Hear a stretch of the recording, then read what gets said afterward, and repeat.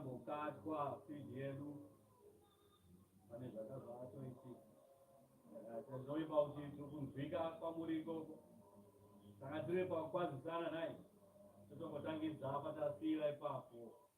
Lord, it's nice to be here. Zvakanaka kuva pano.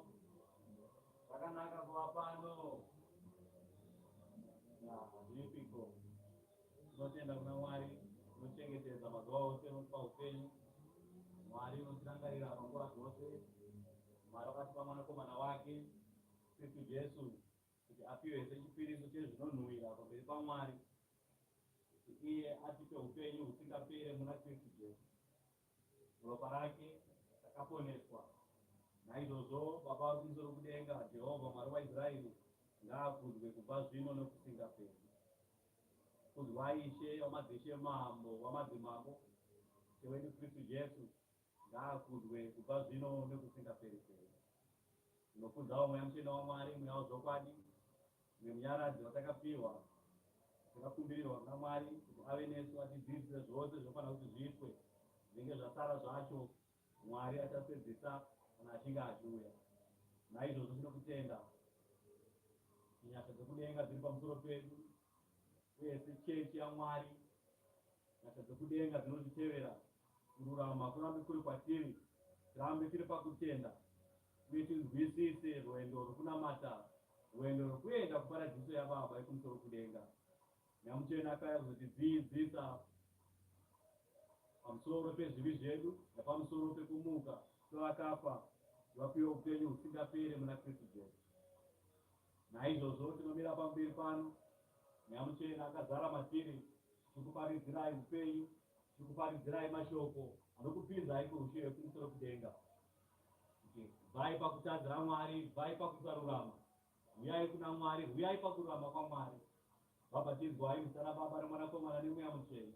Muve vanhu vanobarwa patsva, kuti vave vanhu vabve kubva pavanhu vakare vachiita vanhu vatsva. Waini yakare haisisina basa, waini yakare haisina maturo, asi waini idzva ndiyo ichatariswa, waini idzva ndiyo ichakwiridzirwa. Naizvozvo ndiyo inodiwa nevanhu vose. Tinotenda kuti ani nani wakanzwa shoko iri kubva paudiki hwake, kubva pakuzvarwa kwake, kuti vakakurira mukereke nevanhu vazati vakurira mukereke, makanzwa nezvesungano yakare, sungano yakanyorwa naMozisi, yemubhuku yaMozisi, sungano yakanyorwa kune madzibaba edu, kubva kuna madzibaba edu Abrahama paiva nesungano yakasungwa naBaba, sungano yakasungwa nokuti vanhu vaitadza. Naizvozvo yakaonekwa isina simba, ikaonekwa kuti aiwa sungano yatakavapa, sungano inovararamisa panyama, sungano inovabvisa pazvivi zvavo, inovasuka zvivi zvavo pamberi paMwari panyama.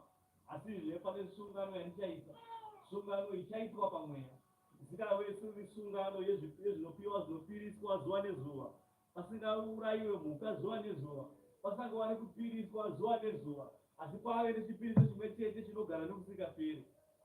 Sungano isingaparari, sungano isingapfuuri, sungano yeupenyu chaihwo. Nokuti sungano yaiva pasi pano waingova muratidzo chete, yaingova shado yeizvo zvitsvene zvichange zvichiitika kudenga.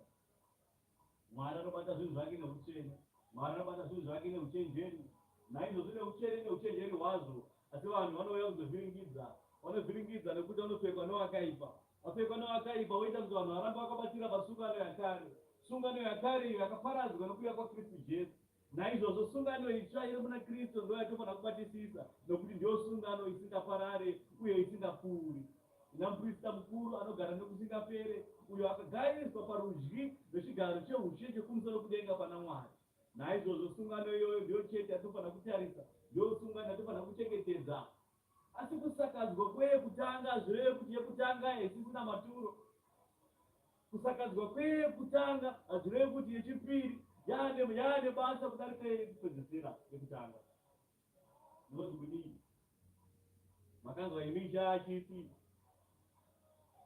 musawana vakadzi vazhinji vakawandisa, nokuti kare imimi mainyora mwadhi yekuramba vakadzi venyu nekuda kwemwoyo yenyu mikukutu. Isha akati aiwa kwete, vakanzwa imi Baba vakasika munhu mumwe chete, murume mumwe chete nemukadzi mumwe chete. Naizvozvo sungano itsva iyi handina kuuya kuzoparadza, asi dai kuzozadzisa. naizvozvo ishaka kuzadzisa sungano yekutanga, asi vanorambira vakabatira pasungano yekutanga havana upenyu husingaperi kuna Ishe Kristu Jesu. Ndaakauya nesungano itsva yeKristu Jesu, nderopa raKristu. Ropa irori ndo richatipinza kuushe hwekumusoro kudenga.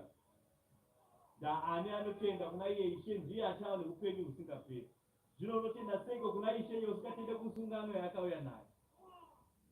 Kune vaya vanotaura mazita kuti vakapinzwa nemazita ana Simon Mutendi, wobatira pana Simon Mutendi, woti Simon Mutendi achavapinza kuushe hwaMwari. Wobatira pana Pauro Mwazha, woti Pauro Mwazha ndiye achavapinza kuushe hwaMwari. Voramba vakabatirira pana Johani, woti baba Johani ndiye achatipinza kuushe hwaMwari. Asi vese ava havana sungano yavakaita, havana sungano yavakasunga iyo naMwari. Asi akasunga sungano mumwe chete, nokuti mumwe chete akafa akamuka, mumwe chete ane ropa rakazikanwa kudenga rikapiwa risina zviviwa mberi paMwari, Kristu Jesu. Naizvozvo sungano iyoyo ndiyo yatinoteedzera kwete sungano dzavanhu. Kana usasare munhu pamberi pezvinhu zvaMwari, zvinhu izvozvo hazvichazi zviri zvaMwari. Patokurasika kwavanhu, patobatira pasungano izati iriyo. Batirai pasungano chaiyo, musabatire pasungano izati iriyo. Musadane kune mamwe mazita ayo, asi danai kune iro zita rinozikanwa kumusoro kudenga. Hapana rimwe zita rina kusunungura pasi penyika ino kunze kwezita rekuti Kristu Jesu. Hapana rimwe ropa rinokusunungura pasi penyika ino nyangwe kudenga kunze kwezita raiye Ishe Kristu Jesu. Naizvozvo sungano yakare yakapfuura, tapa sungano itsva. Sungano itsva iyi ndiyo ine simba. Sungano itsva iyi ndiyo inomutsa vanhu kubva kwakafa. Sungano itsva iyo ndiyo inotipa upenyu husingaperi. Naizvozvo tine kutenda kuti Ishe wedu uchava nesu, Ishe wedu unotisimbisa, Ishe wedu unofamba nesu. Kuzorapfuura ndakaparidza zvitebhenekari yaMwari. Zvino yaMwari paiva nesungano yakanga yakaitwa kare kuti vanhu vaiungana navaprista.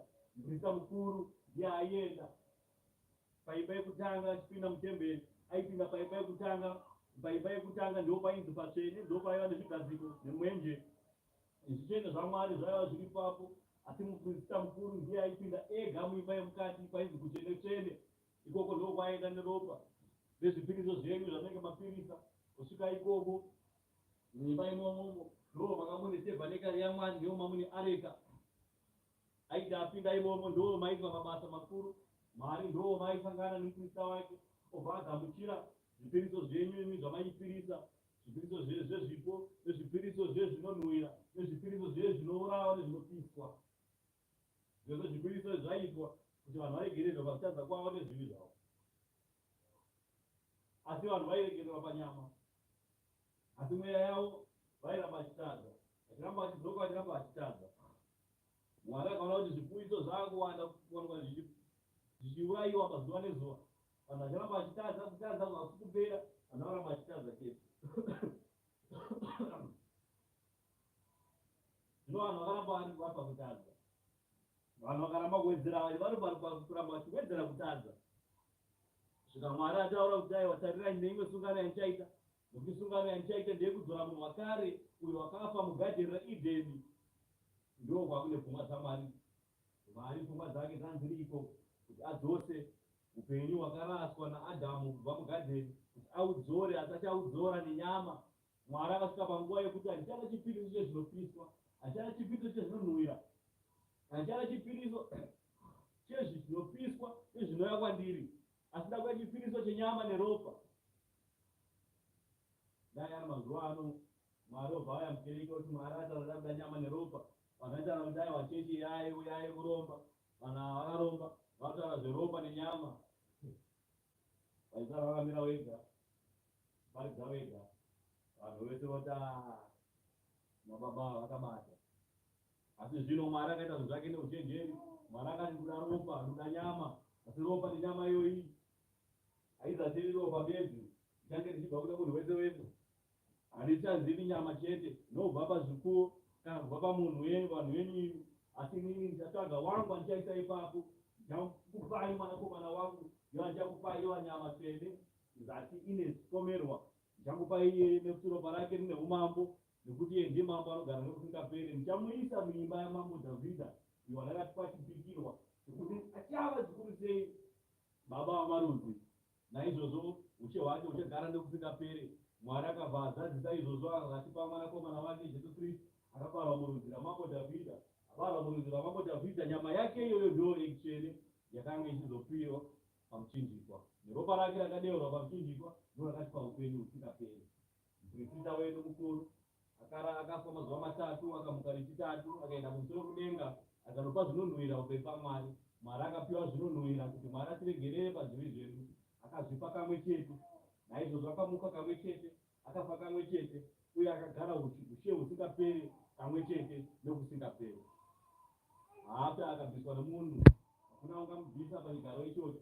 Naizvozvo ushe hwake hunogara nokusingaperi, iye muprofita wedu mukuru. Mashoko anotaura aya anosimbiswa nemashoko kubva kuna vaHebheru 8. Sungano yekare yapfuura. Kristu ndiye murevereri wesungano itsva. Hapana mumwe murevereri pakati pedu.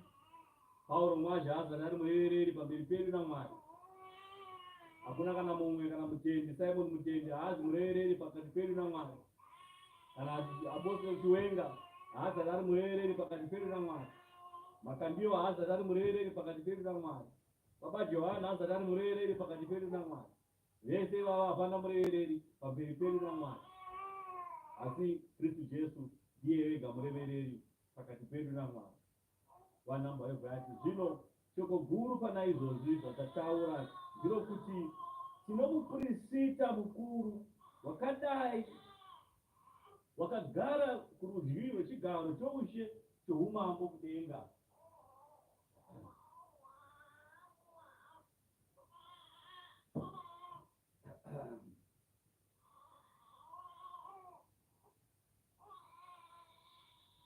Iye mushumiri wezvinhu zvitsvene nowetebhenekari chaiyo yakamiswa naShe, isina kumiswa nomunhu. Nokuti muprista mukuru mumwe nomumwe wakagadzwa kuti abayire Mwari zvipo nezvibayiro. Naizvozvo naiye waifanirwawo kuti ave nechaangabayirawo. Nokuti dai aiva panyika, ngadai asina kuva muprofita. Nokuti vaprofita varipo vanobayira Mwari zvipo sezvinorehwa nemurayiro, iyo vanoshumira nemufananidzo nomumvuri wezvokudenga, sezvo akarayirwa iye Mozisi oda kuita tebhanekari. Nokuti wakati, tarirai, uite zvose nemufananidzo wawakaratidzwa mugomo. Asi zvino wakapiwa basa rakanyanya kunaka, sezvo ari murevereri wesungano inopfuura nokunaka, yakasimbiswa nezvipikirwa zvinopfuura nokunaka. Nokuti dai iya yokutanga yakanga isina chaingapomerwa, yechipiri ungadai isina kutsaurirwa tsvimbo kana kutsaurirwa nzvimbo. Nokuti unovapa mhosva achiti, tarirai, mazuva anouya, ndizvo zvinotaura Ishe Jehovha, andichaitawo nawo sungano itsva neimba yaIsraeri uye neimba yaJudha, isina kuita sesungano yandakaita namadzibaba avo pazuva randakabata ruoko rwavo kuti ndivabudise munyika yeIjipita vachimhanya. Nokuti havana kurambira musungano yangu nemi, ndikasava nehanya navo, ndizvo zvinotaura Ishe Jehovha. Nokuti ndiyo sungano yandichaita neimba yaIsraeri kana mazuva iwayo apfuura, ndizvo zvinotaura Ishe Jehovha. Ndichaisa murayiro yangu pakufunga kwavo, napamwoyo yavo ndichainyora. Ndichava Mwari wavo, ivo vachava vanhu vangu. Mumwe nomumwe haangazodzidzisi mumwe wokwake, kana mumwe nomumwe hama yake achiti, ziva Ishe iwewe, ziva Mwari. Nokuti vose vachandiziva, kubva pamuduku wavo kusvika pamukuru wavo pakati pavo. Nokuti ndichava nengoni nokusarurama kwavo, nezvivi zvavo handichazozvirangariri. Zvaanoti sungano itsva, wakasakadzwa yekutanga, zvino chinhu chosakara chova chakare choda kurova.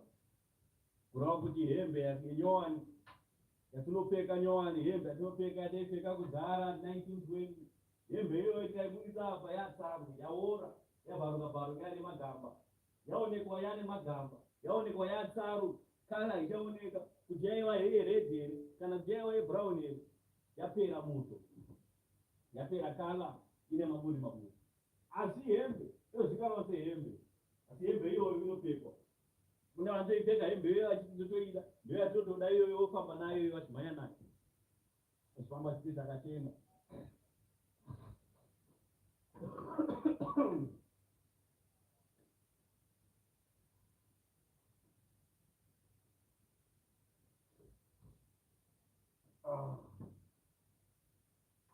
Hivi yakatibata.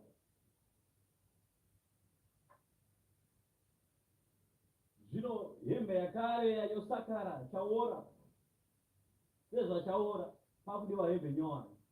Zvino hembe nyowani iyoyo yachonzi chipfeka hembe nyowani, vanhu voramba kabatira choda tsaru. Hembe nyowani vanhu vesarunzi tora iyo hembe iri papo tora upfeke, asi vanoramba vachipfeka madhende akare. Saka vakapfeka madhende akare vanozowanikwa vachiita kuda kwavo vachifamba vasina kupfeka, vachiita aiwa madhende akaboka tikagodiko, asi hembe inovhara kwese yakanaka iripo, asi vana madhende avo kuti vawane kunatsoshama zvavo zvavanoda kuti vashame vachida aiwa chaiwa tikatadzira Mwari tinozowanikwa tichibouraya umwe mhuka toparopa. Mwari akati aiwa kana ndinokuziyai, muri vatadzi, mwoyo yenyu inoda kutadza. Zvokutadza ndo zvinokuwanika zvichikuwandira kwamuri. Pfungwa dzenyu dzizere nezvakaipa, munozvitsaurira kune zvakaipa chete. Ndangariro dzenyu dziri pakuronga zvakaipa, hapana chichene chinorongwa, hapana kana chakanaka chinofungwa, asi vanofunga kutadza, vanofunga kutaura zvinyadziso, vanofunga zvekutora vakadzi vevanhu, vanofunga zvekutora varume vevanhu, vanofunga zvekuba, vanofunga zvekuromba, hapana chakanaka chinofungwa, vanofunga kuna izvozvo. Vanodya nguruve, vobata nguruve, nokuti aiwa nguruve yakasunungurwa nenguruve, obva vati tave sungano itsva, nokuti ichiye zvaakauya tave sungano itsva, obva vabata sungano itsva nokuti anzi pane nguruve, vada kudya nguruve, obva vasimbisa nemashoko nemagwaro. Aiwa Ishe akauya akatipira, saka nguruve yakudyiwa. Sungano yakare ndoyo sungano yenguruve. Tobva tati oraitiko, chiregedzai kuromba, chiregedzai kutadza. Kubva mataiwa kamunhu anotadza, anozongowanikwa achizvipiya zvipiriso zvinonhuhwira pamberi paMwari kuti tiregererwe. Ibvai pakutadzira Mwari. Chikuru chatadzidza ndechekuti ibvai pakutadzira Mwari, ibvai pasungano yakare, ibvai pasungano itsva. Chibayiro zvakare chinofananidzwa nechibayiro chaKristu. Zvino neiyi sungano yokutanga yakanga ine murayiro nokushumira Mwari nayo, neimba tsvene yenyika, nokuti tebhanekari yaiva yekutanga yakagadzirwa, makanga mune chigadziko chemwenje netafura nezvingwa zvinoratidza, ndipo panonzi patsvene. Zvino pamberi pechidzitiro chechipiri pakanga paine tebhanekari yainzi patsvene patsvene, patsvene tsvene, pakanga paine ndiro yendarama nezvinonhuhwira yeareka yesungano yakanga yakanamwa nenhiri dzose nendarama. Imomo makanga mune hari yendarama yakanga ina mana netsvimbo yaAroni yakadeya kutungira namahwandefa esungano. Pamusoro payo pakanga paina makerubhi okubwinya akadzitira chifunhiro chengoni. Hatigoni kurondedzera izvozvo tichiita chimwe nechimwe zvino. Zvinhu izvi zvakati zvagadzirwa saizvozvo, vaprista vaipinda mutebhanekari yokutanga nguva dzose, vachibata basa neushumiri, vachishumira Mwari. Asi mune yechipiri, muprista mukuru waipinda ari oga mukati, pamwe chete tagore, asingapinda asina ropa raaizvibayira iye nezvivi zvavanhu. Mweya Mutsvene achiratidza chinhu ichi, kuti nzira inoenda kunzvimbo tsvene yakatanga isati yaratidzwa. Tebhanekari yokutanga ichimira, wakanga uri mufananidzo wenguva ino, vanobayira nayo zvipo nezvibayiro zvisingagoni kukwanisa pahana yake iye unoshumira, nokuti yaingovawo murayiro wenyama, nezvokudya nezvinonhuhwira nezvokushamba kuzhinji yavakatemerwa kusvikira panguva yavo vakavandudzwa. Asi Kristu wakati asvika ari muprista mukuru wezvinhu zvakanaka zvinouya, akapinda patabhenekari yakapfuura, pakukura napakukwana, isina kuitwa namaoko asi yakaitwa nemweya naMwari, ndiko kuti izati iri yekusikwa kuno. Haana kupinda neropa rembudzi kana remhuru, asi neropa rake chairo, kamwe chete zvikaperera panzvimbo tsvene, akatiwanira rudzikinuro rusingaperi. Nokuti kana ropa rembudzi nderenzombe namadota etsiru, kana zvichisaswa pamusoro pezvakasvibiswa, zvichivaita vatsvene kuti vanatswe panyama, zvikuru sei ropa raKristu, iye wakazviita pamweya usingaperi chibayiro kuna Mwari, chisina chachikapomerwa kana mhosva, richinatsa hana dzedu pamabasa akafa, kuti tishumire Mwari mupenyu. Nemhaka iyoyi, iye ndiye murevereri wesungano itsva, kuti rufu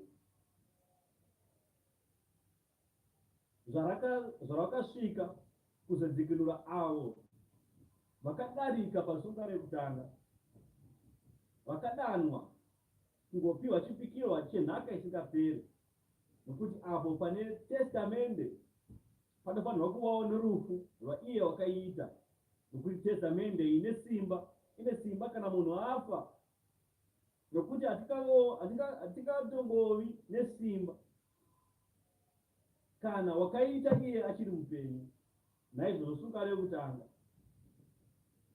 haina kuvambwa pasina ropa, nokuti zvirove zvose zvakati zvataurwa kuvanhu vose naMozisi nezvazvo zvakarehwa pamurayiro, iye wakatora ropa remhuru nerembudzi pamwe chete nemvura namakushe matsvuku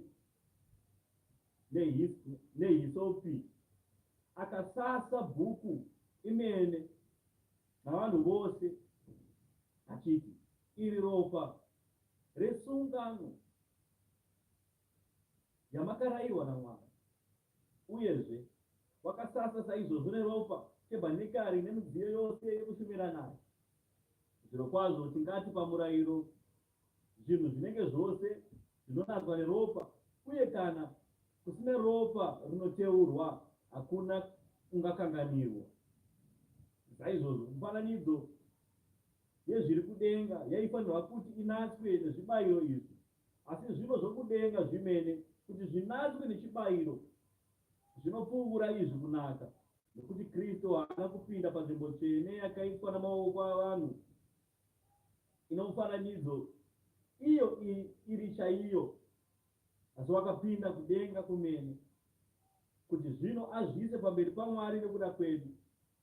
Iye haana kupinda kuti azviite chibayiro kazhinji somuprista mukuru unopinda panzvimbo tsvene gore rimwe nerimwe akabata ropa rezvinhu zvimwe nezvimwe izvi, nokuti dai zvakanga zvakadaro ungadai aitambura kazhinji gore negore achirohwa obva afa kubva pakuwambwa kwenyika.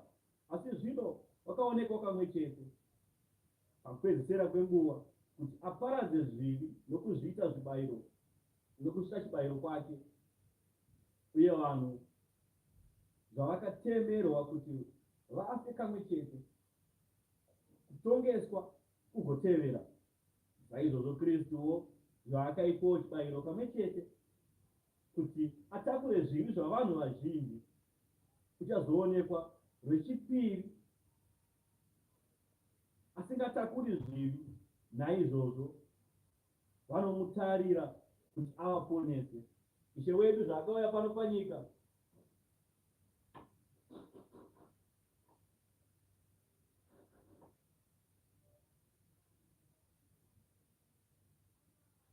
Mwari Bibhiri yakatibata ishe zvaakauya pano panyika. Muprista mukuru zvaaifanirwa kunge achipinda muimba yemukati gore negore, achipinda neropa rezvibayiro achipa kuna Mwari gore negore. Zvino zvakafanirwa kuti muprista wedu mutsva awanewo nechibayiro chake chaanopawo pana Mwari. Asi zvino chibayiro chemuprista wedu mutsva haaizochipa gore negore, nokuti dai zvaidaro aizotambudzika makore yose. Asi iye akaonekwa kamwe chete, akazvita kamwe chete, akazvipawo kamwe chete. Semunhu anofa kamwe chete, achimuka kamwe chete. Naizvozvo Ishe wedu akaona chipiriso chake chakakodzera kuti ange achichipa kamwe chete. Kana achipa kamwe chete, ndobva zvapera zvakadaro, wese ane kutenda mune iye akatifira achava neupenyu husingaperi. Saka uchiona nhasi mazuva ano hakuna munhu anotaura kuti ndinofira Ishe ini, ndinofira vanhu. Ukafira vanhu ndinofira mahara. Nokuti aripo kare, akafa kare. Sungano yakaitwa kare. Sungano iyoyo hapana imwe sungano ichazoitwa futi, uye hapana imwe sungano ichatevera. Iyoyi sungano haizofa yakaparara, ichapfuurira nokusingaperi. Sungano iyoyi. Saka vanhu varegedze kukutsausai, vachikufambisai, vachikuteresai nhando. Ndasungano imwe chete namazuva ano esungano yamuna Kristu. Sungano iyoyi ndiyo ichatipa upenyu. Kutenda kushoko remunhu anoparidza kwakanaka. Kutenda kushoko raanoparidza, kana achiparidza achibva kuna Mwari, zvakanaka zvakadaro. Asi paanoparidza otoenda kunamatwa navanhu kuti ndiye murereri wedu, ipapo pacho kutorasika. Hakuna mumwe murereri kunze kwaIshe Kristu Jesu. Hakuna imwe sungano kunze kwesungano itsva ari kuna Mwari. Uye hakuna mumwe muprista uchazouya kunze kwemuprista iye aripo, makazvipira kuna Mwari, matendero yake. Nokuti murayiro zvaune mumvuri wezvinhu zvakanaka zvinouya, uzati uri mufananidzo wezvinhu izvozvo, haungatongogoni kukwanisa avo vanoswedera gore rimwe nerimwe. Naizvozvo zvibayiro zvavanoramba vachibayira Mwari, dai zvakanga zvakadaro, zvingadai zvisina kupera kubayirwa here zvipfuwo panyika ino, nokuti vanonamata kana vakanga vanatswa kamwe chete vangadai vasina kuzoyeudzwa zvivi zvavo. Asi nezvibayiro izvozvo vanoyeudzirwa zvivi gore nerimwe nerimwe, nokuti ropa renzombe nerembudzi haringatingogoni kubvisa zvivi. Saka pakusika kwake nyika unoti chibayiro nechipo makazviramba, asi makandigadzirira muviri. Hamuna kuda zvibayiro zvinopiswa nezvibayiro zvezvivi. Zvino ndikati, tarirai, ndauya. Pabhuku yakapetwa pakanyorwa zvangu Jesu Kristu, kuti ndiite kuda kwenyu imi Mwari Baba vekumusoro kudenga. Zvaanoti pakutanga, zvibayiro nezvipo nezvibayiro zvinopiswa nezvibayiro zvezvivi hamuna kuzvida, hamuna kufadzwa nazvo. Zviri izvo zvinobayirwa Mwari sezvinorehwa pamurayiro. Ndokuzoti, tarirai, ndauya kuzoita kuda kwenyu Mwari. Unobvisa chokutanga kuti aise chechipiri. Nokuda ikoko chakaitwa vatsvene nechibayiro chomuviri waKristu Jesu chakabayirwa kamwe chete. Muprofita mumwe nomumwe unomira zuva rimwe nerimwe achishumira nekubayira kazhinji zvibayiro izvo zvimwe nezvimwe zvisingagoni kubvisa zvivi. Asi iye wakati abayira chibayiro chimwe chete pamwe pamusoro pezvivi, akagara nokusingaperi kurudyi rwaMwari. Kubva zvino achimirira kusvikira vavengi vake vaitwa chitsiko chetsoka dzake, nokuti nechibayiro chimwe nechimwe wakakwanisa nokusingaperi avo vanoitwa vatsvene. Nomweya mutsvene unotipupurirawo, nokuti wakatanga achiti, iyi ndiyo sungano yandichaitawo navo shure kwamazuva iwayo, ndozvinotaura Ishe Jehovha, ndichaisa murayiro yangu pamwoyo yavo nekuinyora pakufunga kwavo, ndokuzoti zvakare zvivi zvavo nokudarika kwavo handichatongozvirangariri. Zvino kana zvinhu izvi zvakakanganwiwa zvivi, hazvichazobayirwi. Mweya Mutsvene wakasimbisa shoko raMwari, akasimbisa akati aiwa, nokuda kwechibayiro ichi zvivi zvavo ndichavaregerera vanhu ava, ndichavaregerera pakutadza nokudarika kwavo, nokuti ndichanyora pamwoyo yavo rudo rwaMwari, kutenda kuna Mwari nemurayiro yaMwari nezvose zvaMwari ndichaisa pamwoyo yavo. Saka mutoona muzuva ranhasi tokuparidzirai rudo rwaMwari, kuti Mweya Mutsvene akwanise kunyora rudo rwaMwari pamwoyo yenyu, shoko raMwari rigare pakadzikadzika pemwoyo yenyu. Kana zvadaro izvozvo muchava nekutenda kwesungano idzva iyi. Kanene ndovhara ndovhara mavara makuru 19. Ngatiswedere nemwoyo wezvokwadi.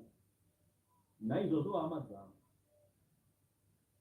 zvatingatsunga kupinda panzvimbo tsvene neropa raJesu nenzira itsva mhenyu yakativambira iye nokupinda kwake pachidzitiro chetembere, ndiyo nyama yake, uye zvatinomuprista mukuru paimba yaMwari. Ngatiswedere nemwoyo wazvokwadi nokutenda kwakasimba, mwoyo yedu yasaswa kuti inatswe pahana yakaipa, nemuviri yedu yakashambidzwa nemvura dzakanaka. Ngatichengete kwazvo kupupura kwetariro yedu kuti irege kuzungunuka, nokuti iye wakapikira uye wakatendeka. Ngatirangarirane, timutsane mwoyo yedu kuti tive norudo namabasa akanaka. Tisarega kuungana kwedu, tirambe tichiungana, tirambe tichinamata Mwari tiri pamwe chete sezvinoita vamwe, asi tirayirane zvakare. Zvikuru zvamunoona kuti zuva roswedera rekuguma kwenyika, ngatirambei tichikusimbisai hama dzangu, ngatirambei tichitsungirira pazvinhu zvaMwari, tisungirire pakunamata Mwari, tisungirire pakururama nokururamisa pazvinhu zvaMwari. Chikora chichiurana saizvozvo, chikora chipamidzana saizvozvo, tichiungana sehama tichinamata Mwari. Muchiuya kukereke, vaya vasikare kuuya kukereke, potai muchiuya kukereke, uyai mupote muchisangana. Mweya Mutsvene ari kutaura kuti potai muchisangana, potai muchiita zvinhu muri pamwe chete, rudo ruwedzerwe pahama, zvinhu zvese zviitwe muna Mwari nerudo rwaMwari chete chete. Kana tadaro tosimbisana, kune vakaneta vopiwa simba, kune vasina mwoyo vopiwa mwoyo wakanaka, kune vasingazivi vodzidziswa, kune vanorwara voporeswa. Vanhu vonamata Mwari tiri pamwe chete, tichiita chinhu chimwe chete, takatarira mushure wekumusoro kudenga, nokuti tarira zuva rekuguma kwenyika riri kuswedera, ndo zuva riri kutaurwa, zuva rekupera kwazvo zvose.